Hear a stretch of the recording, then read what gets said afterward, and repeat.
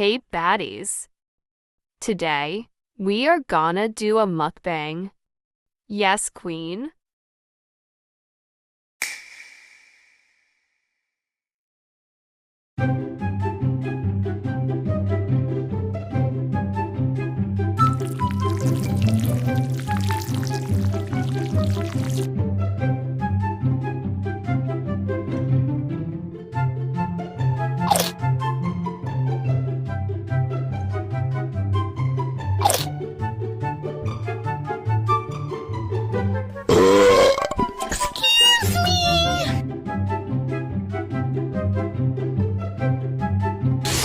Ugh.